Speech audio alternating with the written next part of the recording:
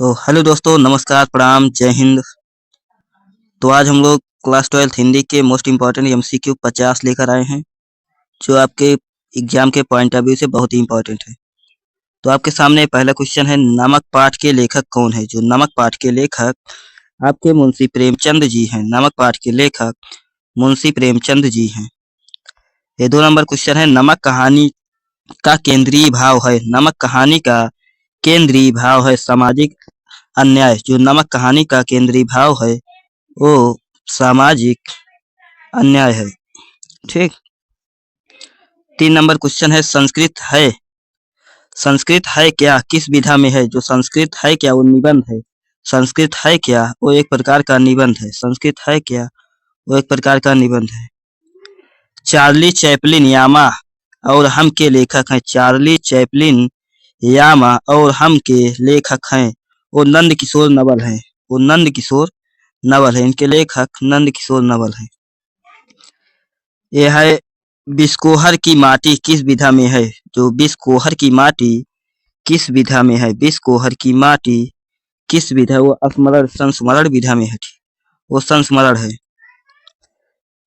ये बालक बच गया पाठ किस लेखक का है? बालक बच गया पाठ किस लेखक का है? फणीश्वर नाथ रेणु जी का है। बालक बच गया पाठ फणीश्वर नाथ रेणु जी का है। तो 7 नंबर क्वेश्चन है, संस्कृत है क्या पाठ मुख्य विषय है? संस्कृत है क्या पाठ मुख्य विषय? संस्कृत की अवधारणा है। संस्कृत की अवधारणा है। 8 नंबर को, चार्ली चैपलिन पाठ में चार्ली किसका प्रतीक है? चार्ली किसका प्रतीक है? वो मानवीय करुणा का प्रतीक है। चार्ली मानवीय करुणा का प्रतीक है। 9 नंबर क्वेश्चन है, नमक कहानी किस काल से संबंधित है? जो नमक कहानी है वो किस काल से संबंधित है? नमक कहानी आधुनिक काल से संबंधित है। 10 नंबर क्वेश्चन है, बिस्कोहर की माटी में लेखक का भाव है। बिस्कोहर की माटी में लेखक का भाव है वो आत्मीयता है। बिस्कोहर की माटी में लेखक का भाव आत्मीयता है। बालक बच गया का मूल भाव है। बालक बच गया का मूल भाव मानवता है। चार्ली चैपलिन पाठ किस विधा में है? चार्ली चैपलिन पाठ निबंध विधा में है।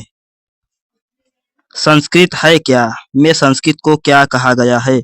संस्कृत को जीवन पद्धति कहा गया है। संस्कृत को जीवन पद्धति कहा गया है। नमक कहानी में नमक किसका प्रतीक है? वह स्वाभिमान का प्रतीक है। नमक स्वाभिमान का प्रतीक है। बिस्कोहर की माटी में माटी का अर्थ है तो जन्मभूमि है। बिस्कोहर की माटी में माटी का अर्थ जन्मभूमि है। 16 नंबर क्वेश्चन, आत्मकथ्य कविता के कवि हैं। आत्मकथ्य कविता के कवि निराला जी हैं। हमारे निराला जी हैं। कवितावली के रचयिता हैं। कवितावली के रचयिता आपके तुलसीदास जी हैं। 18 नंबर को, ऊषा कविता में ऊषा का प्रतीक है। ऊषा कविता में ऊषा का प्रतीक आशा है। ऊषा कविता में ऊषा का प्रतीक आशा है। 19 नंबर क्वेश्चन है, पतंग कविता के कवि कौन है? पतंग कविता के कवि केदारनाथ सिंह हैं। पतंग कविता के कवि केदारनाथ सिंह हैं। कबीर किस काल के कवि है? जो कबीर थे वो हमारे भक्ति काल के कवि थे। कबीर दास हमारे भक्ति काल के कवि थे। आत्मकथ्य कविता किस धारा की है? आत्मकथ्य कविता छायावाद धारा की है। छायावाद की है। छायावाद की है। 22 नंबर, तुलसीदास की भाषा है। तुलसीदास की भाषा जो थी वो अवधी थी। तुलसीदास की जो भाषा थी उनकी भाषा शैली जो थी वो अवधी थी। पतंग कविता का मुख्य भाव है। पतंग कविता का मुख्य भाव स्वतंत्रता है। पतंग कविता का मुख्य भाव स्वतंत्रता है।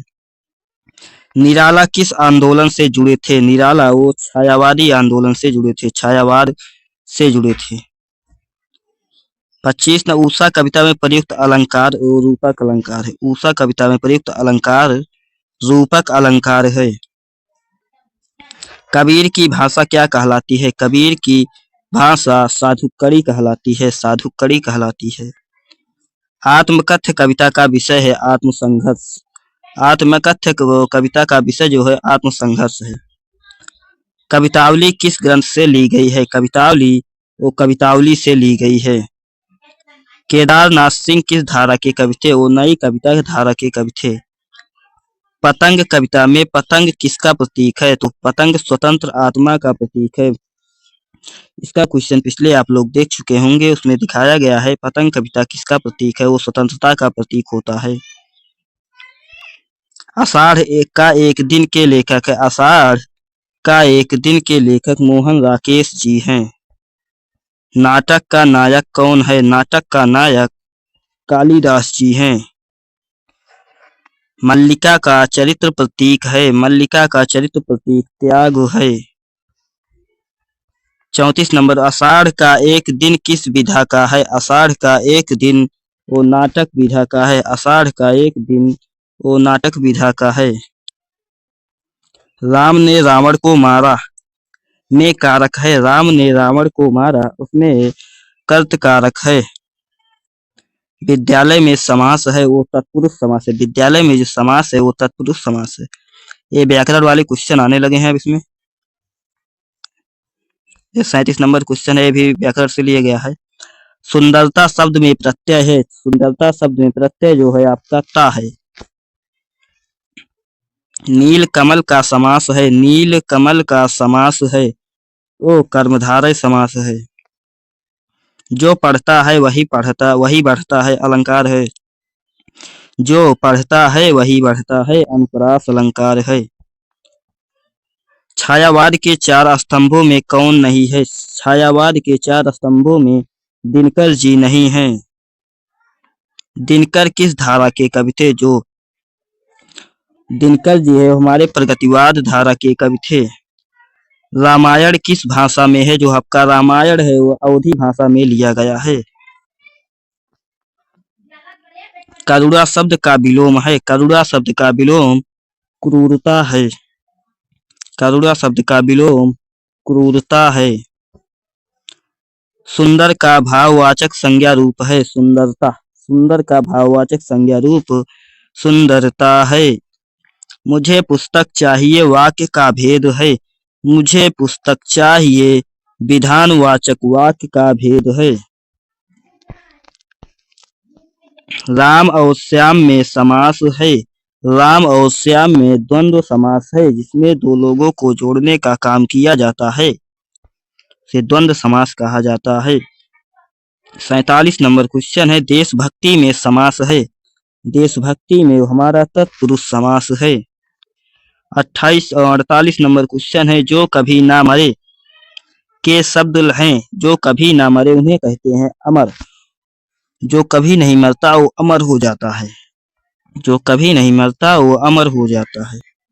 राम तेज दौड़ता है। जो राम है वो तेज दौड़ता है।